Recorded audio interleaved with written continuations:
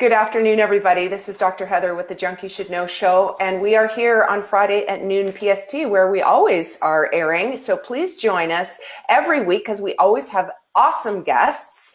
And today I have with me David Good, who I am so excited to talk about. He is a yoga instructor out of Toronto, and I heard about him because of the retreats that he does with Dr. Laura Foster, and we are going to talk about that later in the show. So if you are thinking at all about any kind of awesome, amazing getaway retreat where you are going to just build body and mind in an incredible way, stay tuned at the end of the show to talk about that. But David, welcome to the show. Thank you for joining. Oh, thank you. Thank you for having me. Yeah, you bet. So just quickly, a note from our sponsor, The Change Cave. The Change Cave is a 12-module online learning institute that takes women over 40 to their next level of wellness aspirations. And so through just bulletproof resources, totally authentic community, and a lot of accountability, this whole program, online membership program, is tremendous. It's just $29.99 a month. You can cancel at any time. I will put the link below just in case you are interested in following up on that.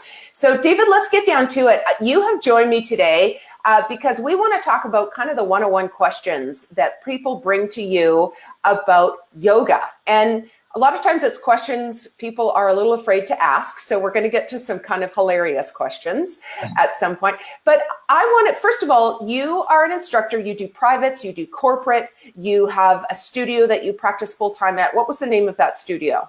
Octopus Garden, College Yoga Court in Toronto, 967 College Street. Okay, fantastic. So I love the name of that. That's great. And so, yeah, you have some versatility as a yoga instructor. You're working with different audiences. You have a lot of experience. And what you told me just before we started is that you started a yoga practice at about 21 years of age.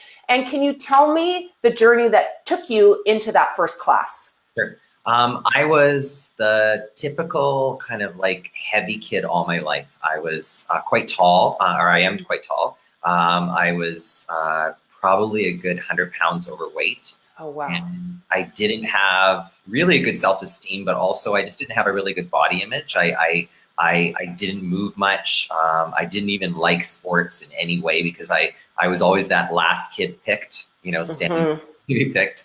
So when I was about 21, I had a really good friend who was the typical, I lived in Vancouver, typical Vancouver hippie. And she said, let's go do some yoga, and I was like, okay, I'll try anything once. And I remember I walked into the room and it was this crowded room of all these people, different shapes and sizes, different ages, moving around, enjoying their bodies, enjoying how they were moving and being active. And it was very foreign to me. I was like, what the heck's going on, right? And it was very hippy dippy, like it was your typical kind of like super hippie yoga class. I love that. And it kind of scared me a little bit. Like I was like, what am I getting myself into? But it wasn't until I left and then the next day that I actually went, oh my God, I actually feel good. Like I actually feel good moving. I don't feel sore. I was 21 and I had lower back issues. I was 21 and I had neck issues. And, I was seeing a chiropractor regularly. And it started to change my body and also change the way I thought about myself, that I actually could do something physical. That's amazing. Yeah. Well, and I think you said, like you referred to, is that a lot of the other sports just weren't available to you at the time, or you at least didn't think they were. So the fact that you mentioned that yoga felt like a great entry level, it surprised me a little, because a lot of us think, oh my gosh, yoga, you have to be this skinny woman in like the most amazing Lulu clothes. And that in fact is not the case at all. No, not at all. That's good. Well, thank you for sharing that, because I think a lot of people look at you and you are this tall, svelte yoga instructor. And when you and I were talking about this before, I used the word flexible and you're like, I'm not actually that flexible, which is another thing. So tell me a little bit about being a yoga instructor, and we all have different ways that our joints work. So how does that, flexibility thing, it's clearly not a game or a deal breaker for you. No. Yeah. And when I first started yoga, I aspired to be that flexible yoga person. I aspired to be like the person who could put their leg behind their head. And it wasn't until I actually practiced every day consistently that I started realizing that I actually needed to do more strength work. I couldn't just rely on flexibility. I needed to get stronger. That I started a strength program. I actually did CrossFit for about 3 years. I lift weights regularly and all that kind of stuff. And I started almost looking at my body more holistically, like I needed to kind of be flexible, but also be strong. And then the word for now is now I'm more mobile.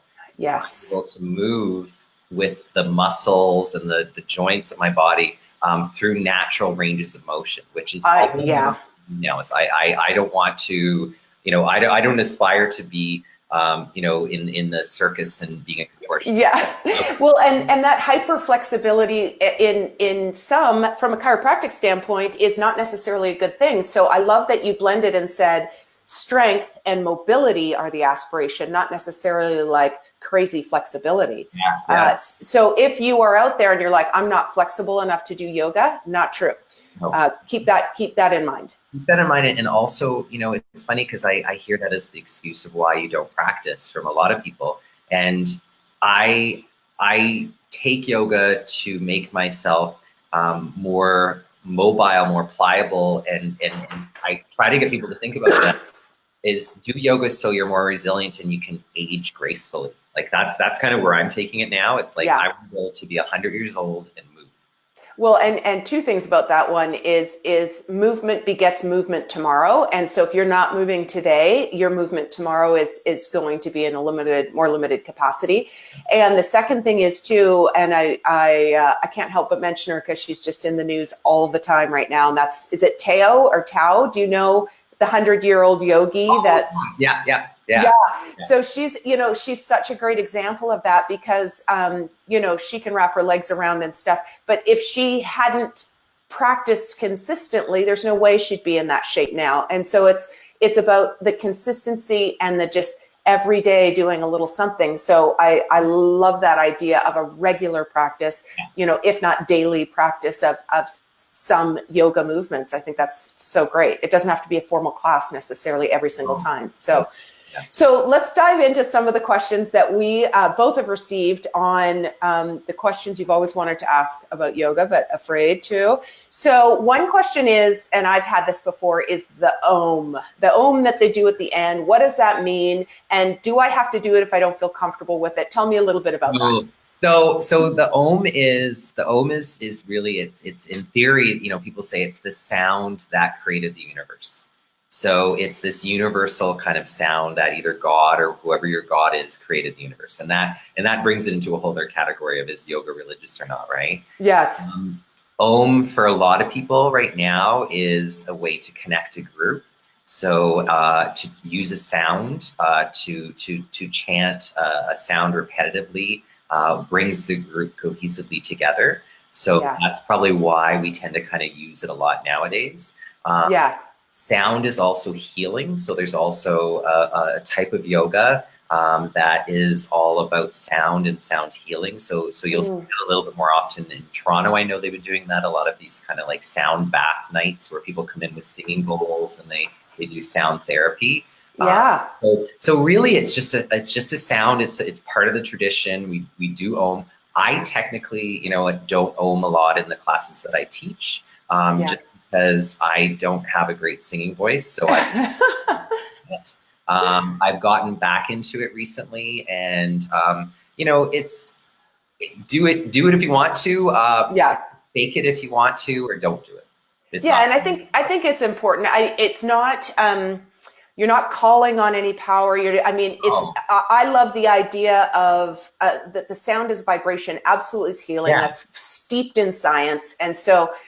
That piece of it is just a very practical part. And then I love the cohesiveness of the group.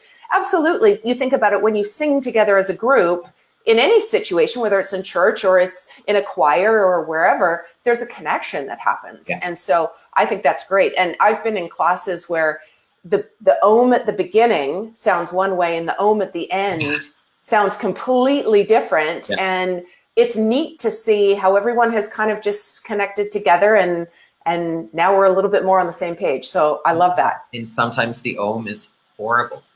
Yes. Yeah, I know. And that's okay. Yeah, Just like, yeah, that's okay. Okay. So we kind of talked about, do I have to be flexible? No. And also, inevitably, you will make steps forward in your flexibility by practicing. So we know that. Okay, let's talk about, because I alluded to like the cute little Lulu outfit that, you know, you're terrified that everybody is wearing. Can you tell me what standard practices, what do I wear to yoga in general? What don't I wear? I think might even be a better question. Yeah. So share with that a little bit. Okay, so I'm going to be very truthful. Okay. Yeah. So I would say the most important thing for women is ask your friends when you go put on yoga pants to check for you when you bend over. I love it. That would save a lot of worry and hassle for when you're moving around through yoga poses. There was a bit of a kind of controversy where Lululemon changed some of the quality of their fabric, and there was this whole see-through pant epidemic that was going on. Wear something comfortable. I wear cotton tank tops, you know, that I buy anywhere. I wear cotton shorts. I actually wear this. I have 4 pairs of shorts. I have 4 tank tops. I wear it like a uniform. I wear it over and over again. I've worked with Lululemon before, and I've owned all the fancy stuff. If you have the type of income that you want to buy all that stuff, go for it. You know, I think just be comfortable is the bottom line. And then it depends on what style of yoga. So if you're doing hot yoga, you're not going to wear a lot of clothing.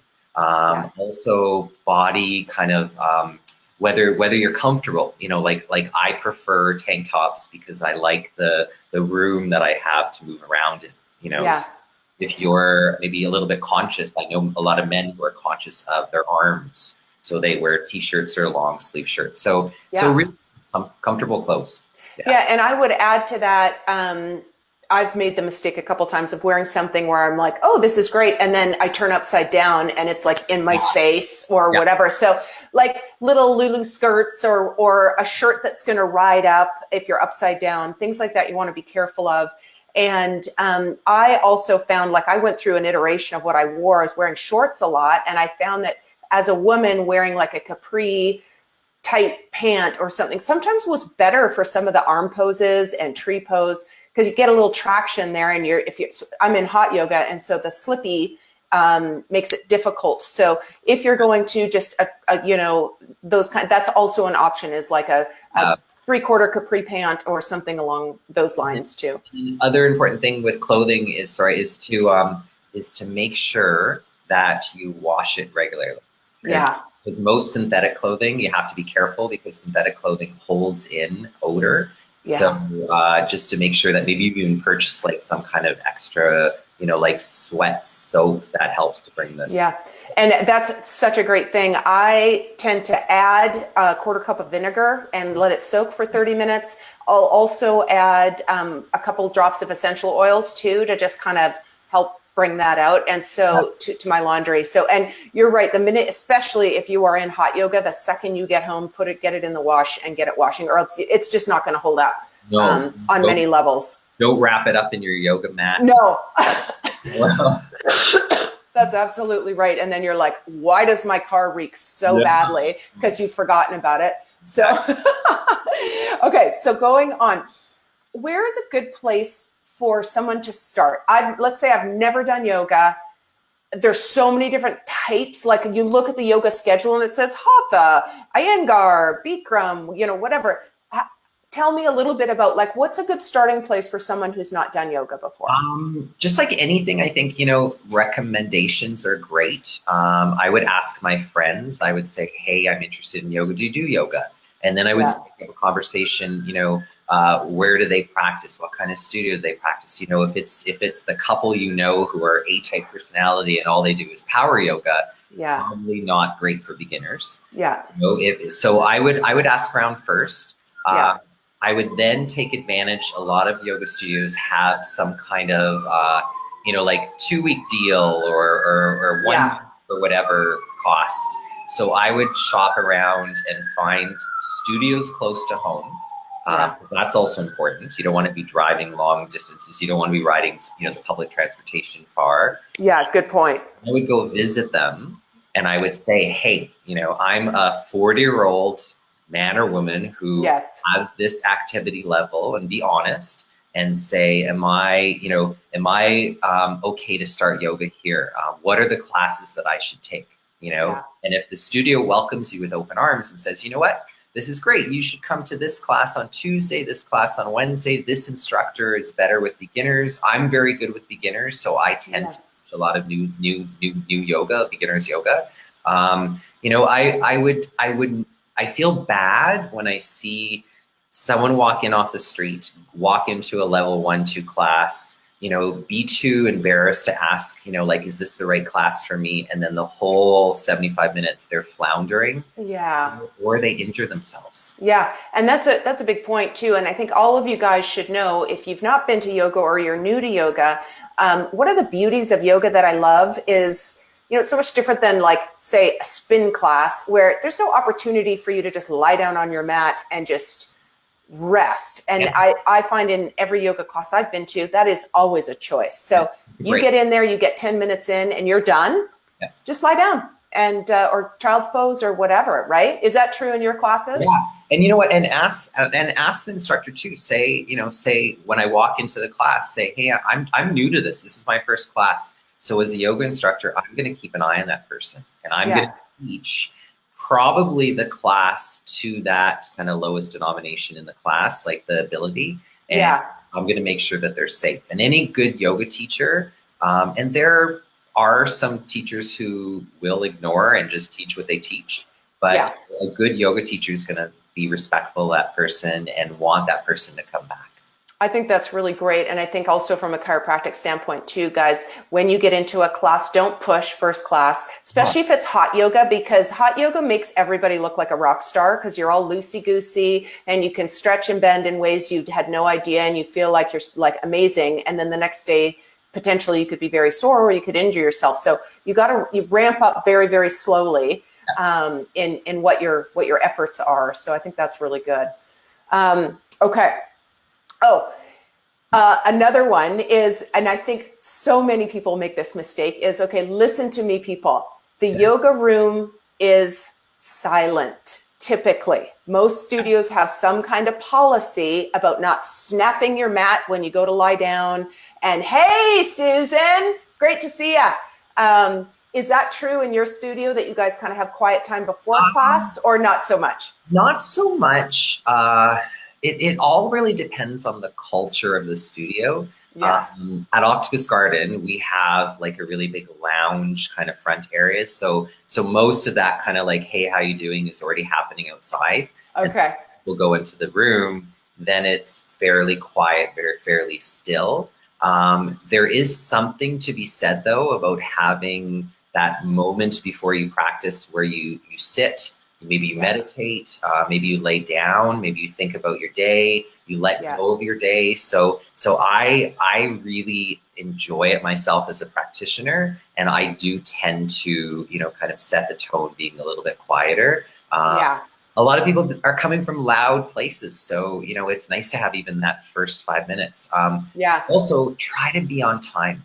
It's the person who's late who rushes in with a big bag and a big set of keys, drops them, slaps their mat down as they forget to turn their phone off, and they someone else's water bottle. So, come late if you have to. But also be respectful that you're probably going to have to ask someone to move over. You're probably going to have to ask for some room. So it's just common sense and respect. I think so too. And I found my hour of yoga is vastly different if I've rushed in after work versus if I got there 15 minutes early and just did a little pre-stretching and some breathing, and it's a whole different game. So get the most out of yoga is not cheap. So get the most out of your class by, showing up in the right headspace and having the time to kind of just let go of your day, as you put it. So I think that's very, very great. Okay. So can we just have a little walk through, not extensively, because we could be here all day with this topic, and that is just briefly, what are the different types of yoga, and what, like, they have weird names and they're not self-explanatory. So just Sure. three or four of them, like, what are they? So yoga comes from different teachers. So different teachers have different styles of practice. So like Ashtanga yoga is a series, it's a style of yoga designed by one person. So if you tend to do a specialty type yoga, you're probably going to practice their sequence, and it's very kind of prescribed sequence. Okay. It goes for like Bikram's yoga. Like Bikram's is a sequence. So it depends what you're kind of looking at. And if you like repetition and that kind of suits your personality, you probably will go towards a practice that has some kind of repetition to it. Hot yoga compared to cold yoga, you know, like regular heat yoga, like there's a difference there as well. So if you like the heat or if you don't like the heat, I know a lot of hot yoga studios now who have different types of styles of classes. Yes. Hatha yoga tends to be more of a slower flow kind of alignment-based practice. So I teach what I call like a hatha flow practice. Okay. Power yoga is more, and jock yoga, things like that are more physical. They're more strong. You know, if you like a very physical push-up kind of based practice, yeah, you know, to get stronger. You know, and then there's also things like restorative yoga. There's yoga where you come in and for an hour and whatever, you just relax. You know, you lay on. I love that. You know, you take your time. You With know, each, yeah. Yeah, there's so many different ways you can practice that way. There's then all the hybrids. You know, like restore and flow. So you go in and you flow a little bit and then you restore at the end. You know. Yeah. So you know, I once again is go to a yoga studio that you're interested in, take that deal, you know, whether it be 2 weeks or a month, try as many classes as you can. Yeah. Which ones stick and which ones you like. Yeah, because I started in Hatha and it was torture for me to get myself there and get through it because my mind races. I have a really hard time like settling in, and I like things to move a little faster and to be a little bit more strength challenging. So then when I found a power class with music and like, I'm like, oh my, and it was hot. So because I have arthritic joints, the heat makes me be able to work so much harder and it's so much more effective for me. So I was like, oh my gosh, this is fantastic. So yes, people, if you have tried a class before and you're like, yoga's not for me, you have no idea. Like, go try some different types of classes because like David, you're saying, there's how a class is run is completely different. What do you think? Do you like the sequence type yogas, or do you prefer more of a different, and you know, different, like for those that are listening, like Bikram is 26 poses. You do the same 26 poses every class. Do I have that right?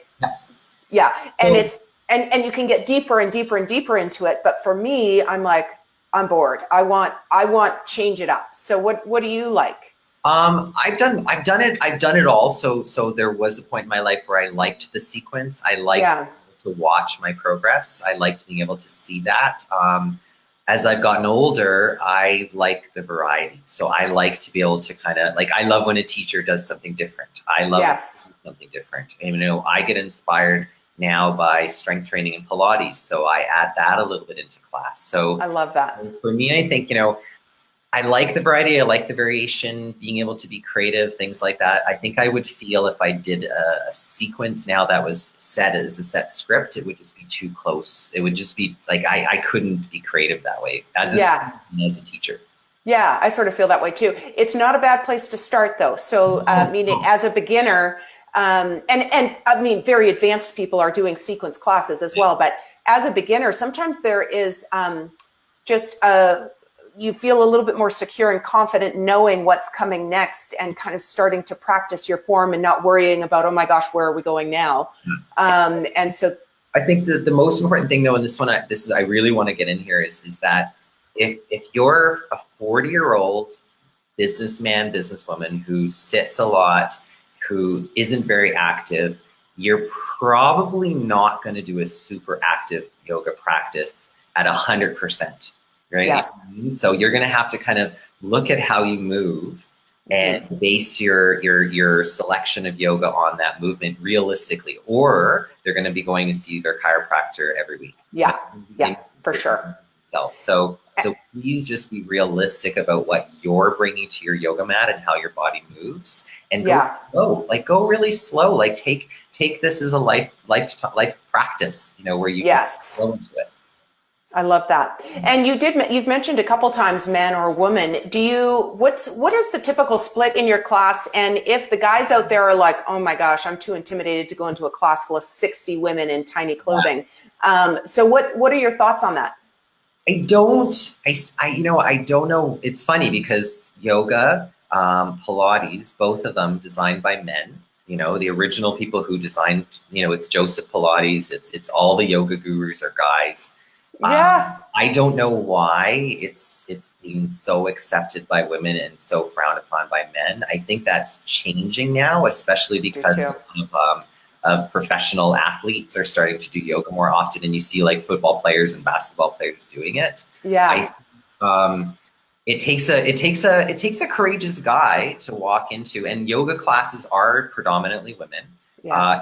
It takes a guy with a good set of balls to walk in and say, you know what, like, I'm going to practice with a bunch of women. I'm going to go with my girlfriend. I'm going to go with my friends, whatever. Yeah. And a group of women. The benefits are great. The connections they get, you know, I think it's a great way to meet people. It's a great way, friends or whatever, like, you know, like they could meet women and be kind of like present themselves in a different way than if it was a locker room full of guys. Yeah. Yeah. And I think too, you get to know your studio. So like you're saying, it can become a community. So it is a great way to meet people. And I also think from a chiropractic perspective, men tend to have less flexibility, less mobility just naturally than women. So it's a great place to build that up and have that be an advantage and spill over into the rest of your whatever you do. Exactly. And I think the culture of sitting in chairs and office workers is leveling that playing field, where I see women just as inflexible as men. So, you know, don't think it's going to be just full of a room full of acrobats and you know, yoga who've been practicing all their life. You're going to be beside, you know, that 20, 30 something year old woman who also can. Yeah, no, you're absolutely right. And I find that the more classes I go to, because it's becoming more recognized and more encouraged and more accepted, you are getting, like you said at the very beginning, all shapes, all sizes, all abilities. And so you will be at home going to a class. Don't think that you are going to stand out or anything. Everybody's in there kind of just doing their own thing. And so I think that's important. And so I love that. And I love that, actually, just thinking about that, it reminds me of something I learned from one of my teachers. And that is, you know, the minute you step on your mat, you are doing this as a class, but this is your journey, and it's your time on the mat to kind of be introspective. And in class, if you've practiced at all, there are times where you just kind of get into the zone. You're doing your thing and not paying attention to what other people are doing. So you don't need to feel self-conscious necessarily, because people are doing their own thing on their mat. So it's funny, like, because I'm part of teacher trainings, and I do some work with teacher trainings, and I've mentored people. And most of the time when it comes to the point where they have to observe a class and they have to walk around and they have to be part of the class while I'm teaching, they always say, but people are going to stare at me. And I'm like, they're not even staring at each other. Like, there's the few who look around all the time, but they're balancing, they're sweating, they're doing their work on their own. They don't even know they're there. And they don't even know I'm there. Yeah, and it requires so much focus, the practice, that you can't be looking around. You got to be, you know, doing your side angle. So, so you definitely have to do that. Okay, one of the questions that came was, is it okay to do yoga every day? You know what? It's great to do yoga every day. We've kind of it's a lot of us talk about this now in the yoga teacher kind of circle. It used to be very common that you aspired to a 7-day practice or a 6-day practice and you took 1 day off. There has been some shift in the way that we look at that now, and 3 days, 4 days is kind of the typical for most ordinary people who practice yoga. Okay. We see that change because the membership model is changing, where people used to buy like a monthly unlimited. Yeah. they're stopping that now, and they're buying other options. So maybe I know at Optimus Garden we have a monthly pass that consists of 6 yoga classes, and it's cheaper than a 5-class pass, but it's just an ongoing membership. I see. 5-class passes are a big thing where people just pay like, you know, the one-offs as they come in. Yeah, which I think that's great too, because just people's schedules change. Yeah. But you bring up a good point, and that is, you know, 3 to 4 times a week. I think there is a tipping point where if you're not practicing enough, you're not going to see the change and the flexibility and the strength. But I think, like you just mentioned, cross training is so important. And so if you have a strength training practice, you'd like to go to the gym or whatever, one of the things I've started doing is just taking that 15 minutes at the end of my workout at the gym and doing just a mini yoga thing. Yeah. And the more classes you go to, the more you get to know the poses, and you can throw yourself through some poses and even pull up a YouTube video or whatever, and just have a little mini practice. Doesn't have to be a full class, but do something regularly in order to get the change. I think that's CrossFit culture. The CrossFit world came up with something called ROM WOD, and it's the range of motion workout of the day. So they actually, once they actually have like a stretching session. Oh, I did not know that. That is so great. So they're actually doing yoga all the time. Okay, that's really cool. So can you, because I know that you can Google like a WOD. A WOD is a workout of the day, and a CrossFit workout will come up, right? You'll get all sorts of different ones. So if somebody said WODROM, then do you think they could get access to one of the stretching ones? There's a whole website. It's ROM, so it's ROM, and then WOD, WOD, and there's a whole, you know, you could pay $10 a month or whatever it is. I don't know how much it costs. Yeah. You can pay for that to get those workouts. Yeah. Oh, I think that's great.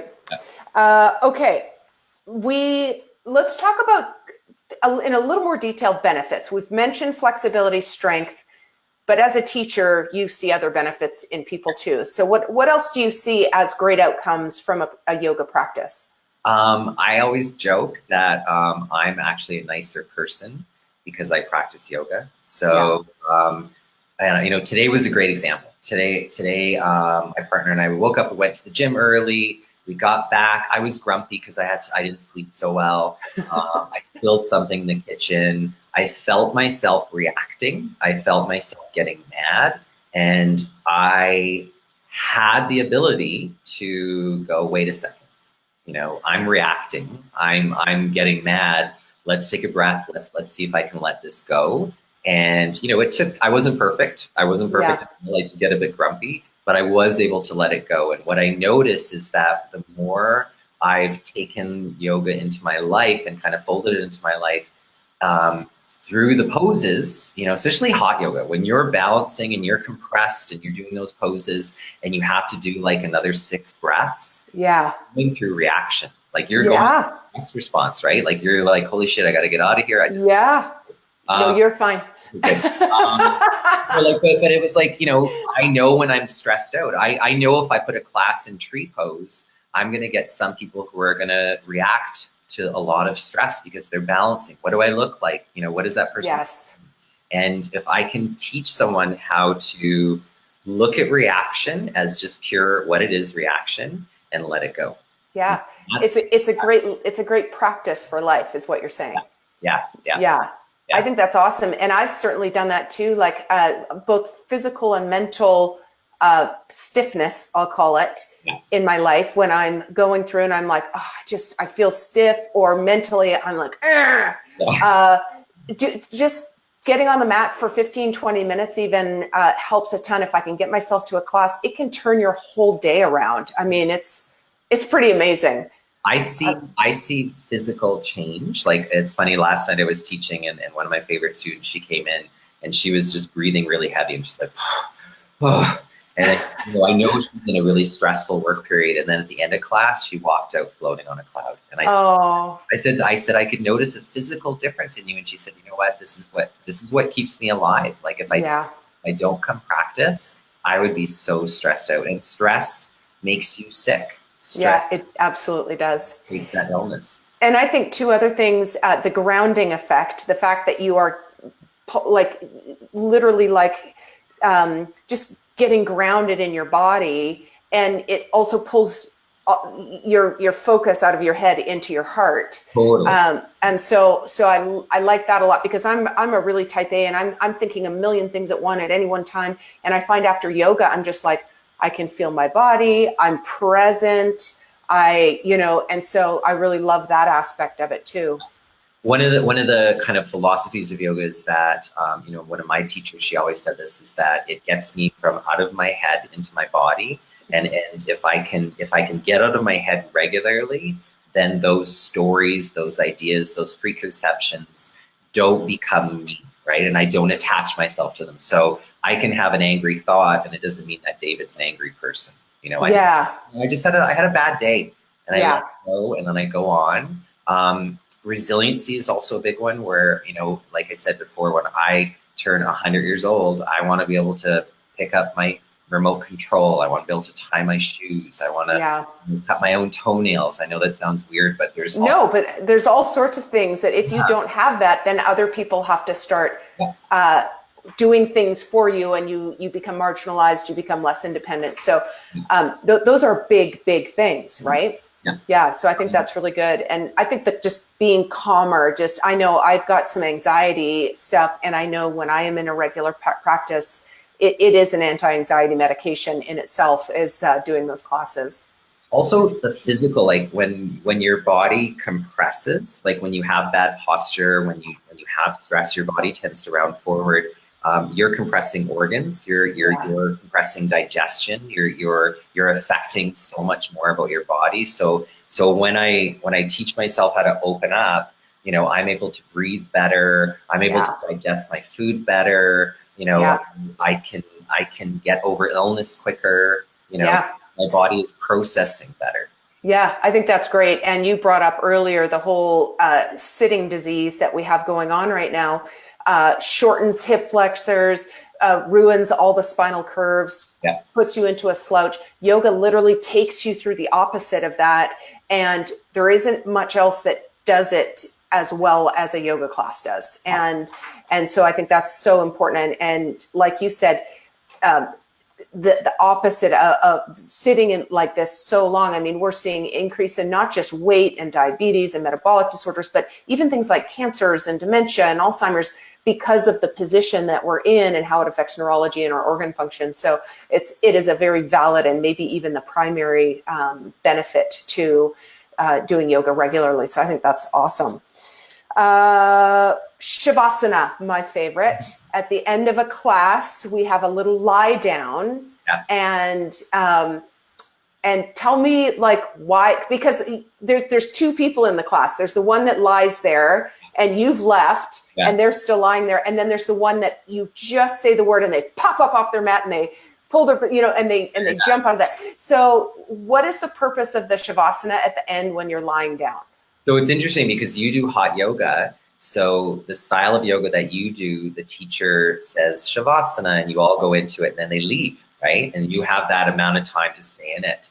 My type of yoga, we actually put them in Shavasana. I stay there. I hang out. Oh. I give them about 5 minutes and then I bring them back out and we finish the class. So there are different styles of Shavasana. Okay.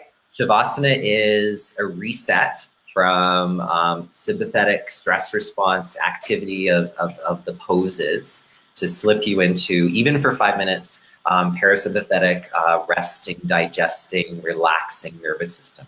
Nice. And the kind of flow of that, the kind of like stress and then relax, the stress and the relax is what yoga is all about. Yeah. And it just allows your body to have that kind of reset.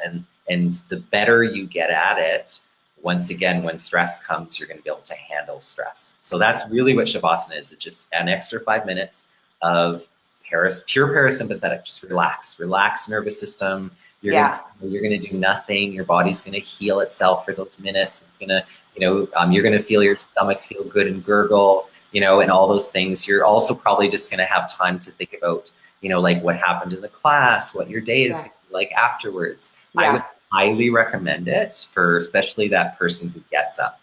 you know? Yeah, definitely. And I think too, people, you're like, oh, the lie down part, that's easy. It's not actually easy to No. do it right Yeah. because I'm fidgeting and I'm messing with my hair and I'm like moving around. Grocery list. I'm like, you know, I'm Yeah. thinking, God, I got to answer that email. And Yes. it's going to be And like so, on talk. yeah. And so, yeah, Yeah. totally. And so considering it as it is the final pose and it's one of the most important, and not fidgeting and laying still, that stillness is a practice, and it's just as important as any of the other poses in class. So Yeah. keep that in mind. Okay, so we are coming down some of the home stretch. Okay, here's a big one. What happens if you fart in class?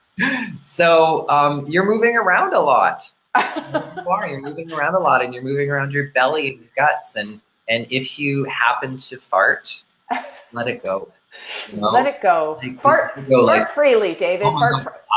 I didn't have the shut off valve of laughing at farts. Like when I had two older brothers, so farting to us was like, you know, the best. Oh, it was the best thing to do. So the day I started teaching and someone let a big fart go, I just was like, oh my God, I'm not going to be able to cope. So I laughed, and the whole class laughed, and we all got over it. And, you know, it's okay, that's so funny. the worries is I fart. That's perfect. You know, it's perfectly fine. And it's a sign that things are shifting and moving, and it's a good thing. And it's funny, I used to go to a Rolfer, which is a deep tissue massage therapist.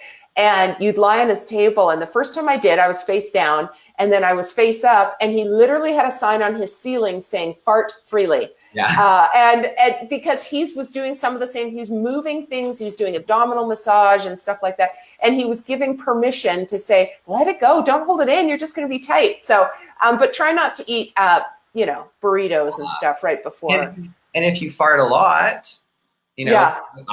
I used to fart a lot. I know beans don't work so well. Yeah, so pay attention to that. Yeah, that's so funny. So, I was going to ask this because I'm thinking like, oh, if I'm new and stuff, where in the classroom do you suggest I go as a new student? Should I go to the back? Should I go to the front? What should I do? Go to the back. Go to the back just so you're able to watch. Not all teachers stay on the mat in the front of the room. Not all styles of yoga teachers stay on the front. Go to the back where you can see everything.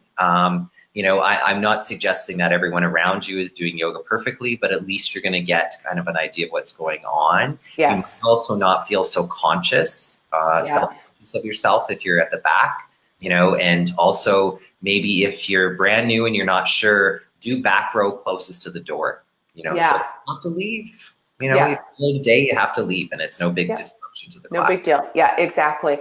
That's good. Okay. And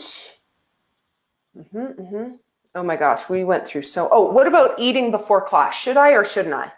I'm kind of funny that way. There's some yoga people who talk about, you know, don't eat an hour or two before class. It depends on your digestive system, really. Depends on what kind of yoga you do.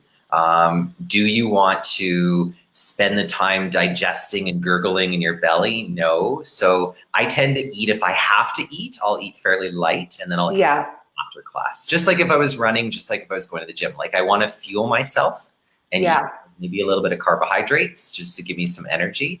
But I feel bad for someone who, you know, is religiously not eating 2 hours before class, anything anyways, and you're seeing they're having a real struggle in their class. It's like, go eat something. Yeah, go eat something. Yeah, absolutely. And that also brings up a question that just came to my mind, and that is hydration. And so what are your recommendations? You know, I do a hot class, and so, I mean, it's pouring off me. So do you have hydration, electrolyte recommendations? Yep. It's funny because when I used to do Bikram's yoga, I practiced at a studio that was very, very militant about water, and we weren't allowed to drink water. We weren't allowed to bring water into class. It was going to ruin the toxins that were leaving the body, and we know that's not true. You know, it's all those crazy things we used to follow. Bring water to class, be respectful of the studio, and bring a bottle that has a screw top, so you're not sitting with an open glass, you know, that someone's going to knock over, and it's probably going to be me who knocks it over. electrolyte replacement things I think are great. You know, Okay. I be careful about how much sugar is in them, because then really you're just drinking Kool-Aid. Yeah. You know, water in general, the best water thing that I do, and I've got this from a friend of mine who's an Ayurvedic doctor, is overnight soak a few dates, take your blender, fill it up with water, throw the dates in the water, squeeze a whole lime and put like about a teaspoon of salt into it and just blend it. And then that's your kind of super cheap Gatorade. So you've got I love that. a little bit of sugar, a little bit of salt, and some citrus, and you're good.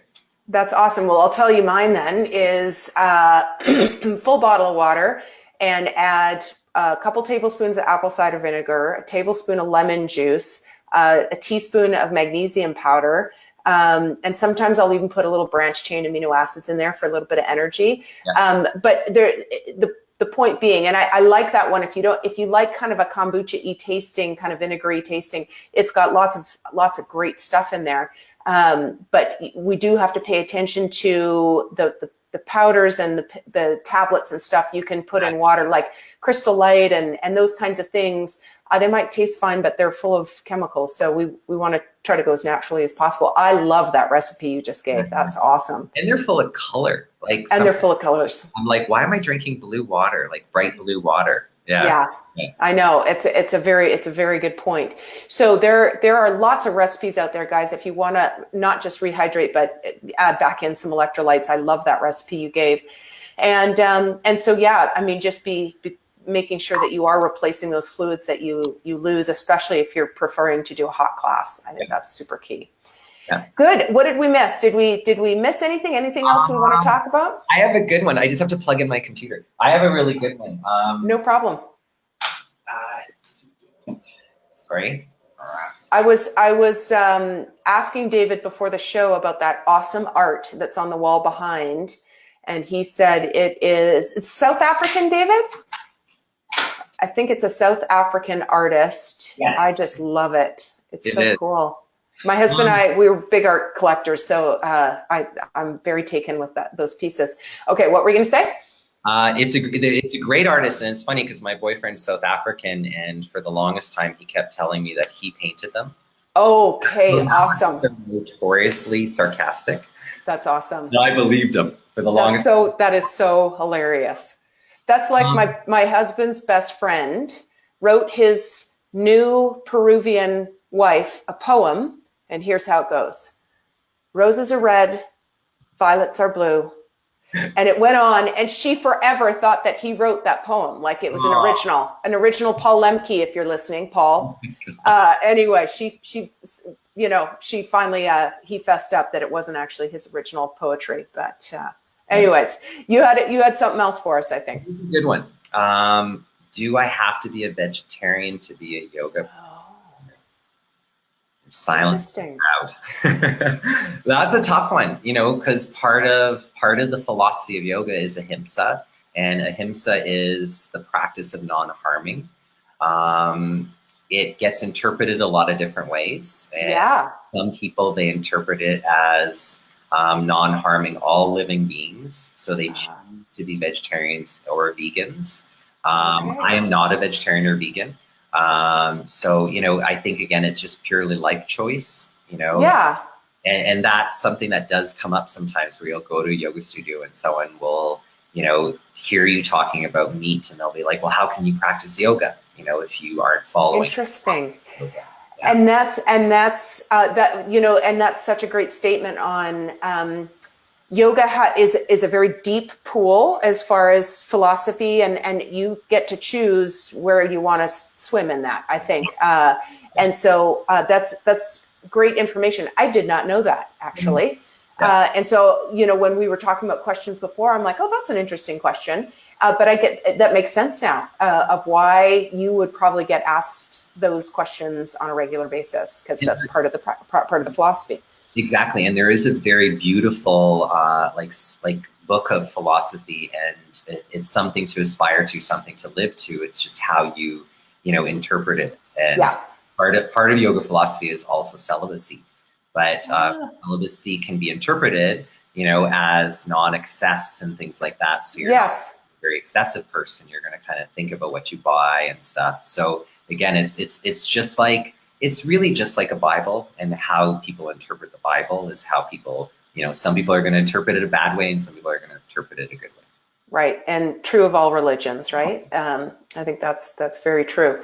Well, David, listen, thank you so much for joining. I really appreciate you being here. It's such a gift. Now, what I want to talk about before we close is you and Dr. Laura Foster put on retreats. Your first one was last April in Costa Rica. It was a 5-day or a 7-day? 7-day. 7-day retreat. And here's what it was, you guys. Like, talk about the best thing ever. First of all, it was in the most beautiful resort, and all of the meals were done, and there was yoga class, and then Dr. Laura did some personal kind of soul work development class with different exercises that she would do for just kind of getting you past some of the stumbling blocks you might be dealing with in your life.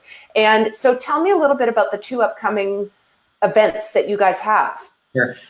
We chose Costa Rica again just because we loved it so much. I'm just getting the date. The date for this one is April. Again, and it's April. Is it 8th and 9th? Am I remembering? Or no, 28th and 29th? No, or 28th, 20, sorry. April 6th. April 6th to April 13th. Okay, yes. Perfect. So it's another 7-day. It's Saturday okay. to Saturday. Costa Rica, Nosara, beautiful part of the country, surfing town. You know, everything's included. The walking to the town is minutes away. The retreat center has bicycles you can borrow. They have a tuk-tuk, that little car that drives us around. Yeah.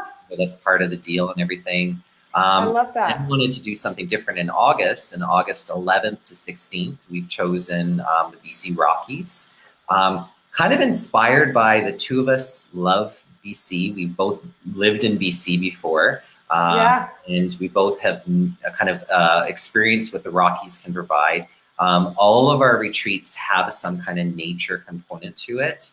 The BC Rockies, I cannot even imagine what that's like to be practicing amongst, you know, the beautiful mountains of the Rockies. It's going to be amazing. And a little bit shorter. Okay, and that the not hotel, what is it? It's a lodge? Is it? Yeah. Yeah, that's what I thought. And it looks incredible. The views are amazing. And so just run me through the typical day on this retreat. Okay. I love doing this.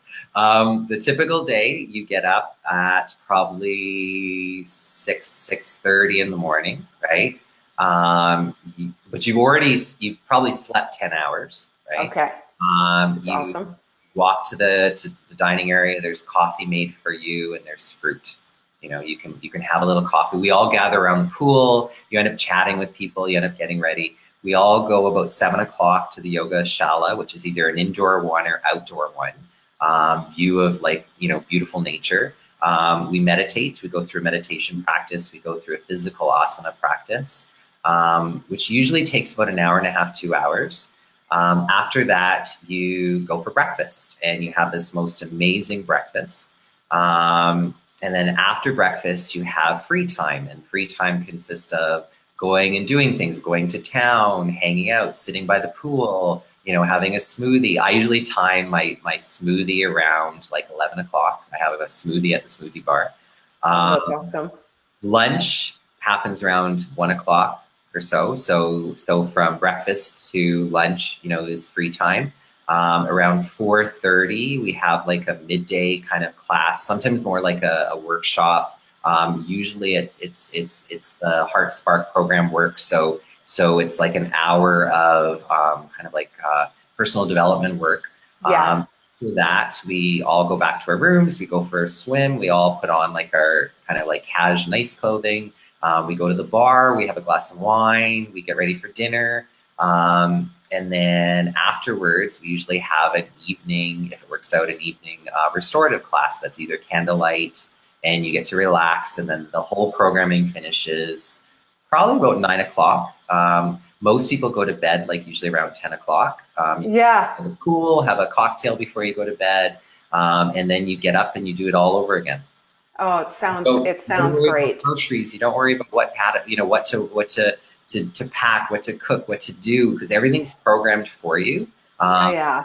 The places that we go to also offer so many other things like zip lining, jungle tours, helicopter rides. So if you're a real adventure person, you could do a lot of things. Sometimes, I had people who come who do nothing, but Yeah. will bring 3 or 4 books. They read books, they relax, they don't answer emails, and they do nothing. Yeah, I think that's so great. So if you guys at all are interested, I know your programs fill up so quickly. So we'll put the links for both for the programs below, and people check it out because it's just tremendous. I'm super excited that you guys are running 2 this coming year instead of just the 1, and it's going to be amazing. So wonderful. Well, David, we're hoping to do different ones every single year, so that like you, if you came to Costa Rica next year, you'd know that it was 2 different locations, 2 different countries, that you start to book something on a regular basis that way. Yeah, I like that. And that is all about, making sure that you are doing great self-care and taking care of your mind and body in a way that you can optimize how you show up in the world. So, David, thank you so much for joining me on the Junk You Should Know show. I really appreciate it.